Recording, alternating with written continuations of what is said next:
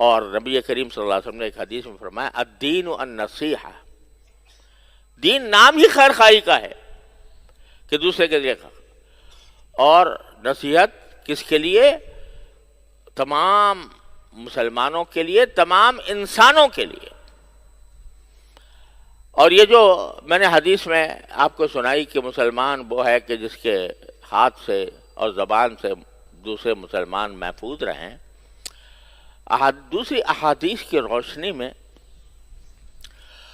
فقہائے کرام نے یہ فرمایا کہ صرف مسلمانوں کے ساتھ خاص نہیں ہے، غیر مسلموں سے بھی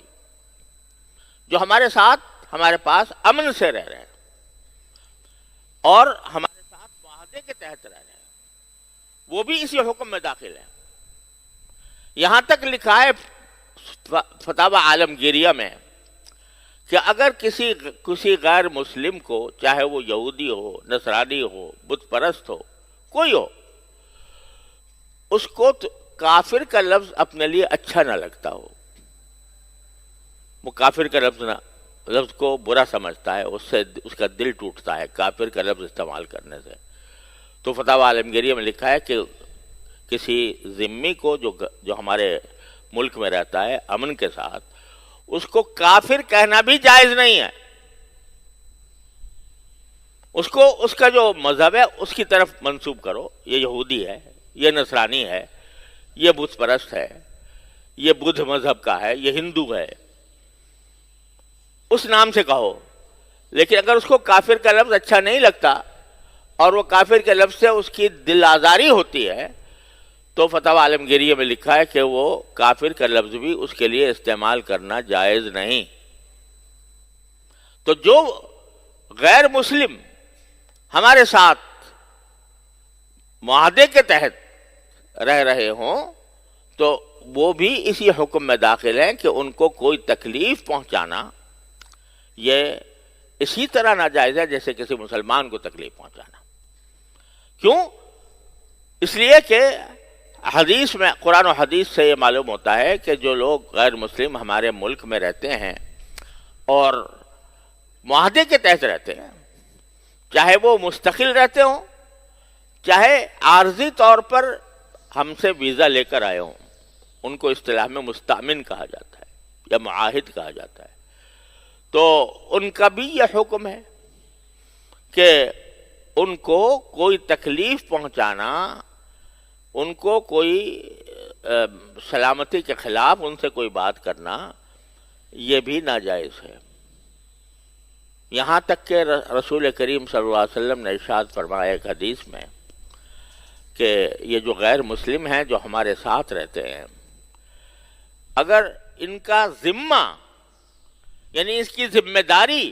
ان کے جان کے تحفظ کی، ان کے مال کے تحفظ کی، ان کی آبرو کے تحفظ کی اللہ اور اس کے رسول نے لی ہے، اللہ اور اس کے رسول نے ان کی جان، ان کے مال، ان کی آبرو کے تحفظ کی ذمہ داری اللہ اور اس کے رسول نے لی ہے، اور جو اللہ اور رسول کی لی ہوئی ذمہ داری کی بے حرمتی کرے تو حدیث میں الفاظ یہ ہے کہ فلا یرح رائحۃ الجنہ، وہ جنت کی خوشبو بھی نہیں سونگے گا، جنت کی خوشبو بھی نہیں سونگے گا۔ جو کسی غیر مسلم جو ہمارے ساتھ معاہدے کے تحت رہ رہا ہو، اس کی ذمہ داری اللہ اس کے رسول نے لے رکھی ہے، لہذا اگر کوئی اس کی ذمہ داری کی بے حرمتی کرے گا، یعنی اس کو نقصان پہنچانے کی کوشش کرے گا، تو وہ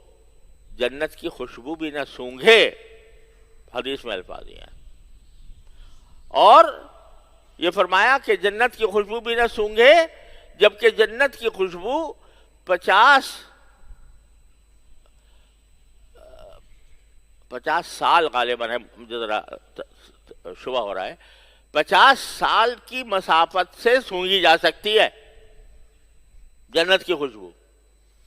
لیکن وہ سونگے گا نہیں، کیونکہ اس نے اللہ نے جس کی ذمہ داری لی تھی اس نے پامال کیا۔ تو یہ ہے اسلام۔ آج دنیا نے اس کو بدنام کر دیا، اس میں خود ہماری بھی کوتاہی ہے کہ ہم نے اس کو بدنام کر کے دنیا کے اندر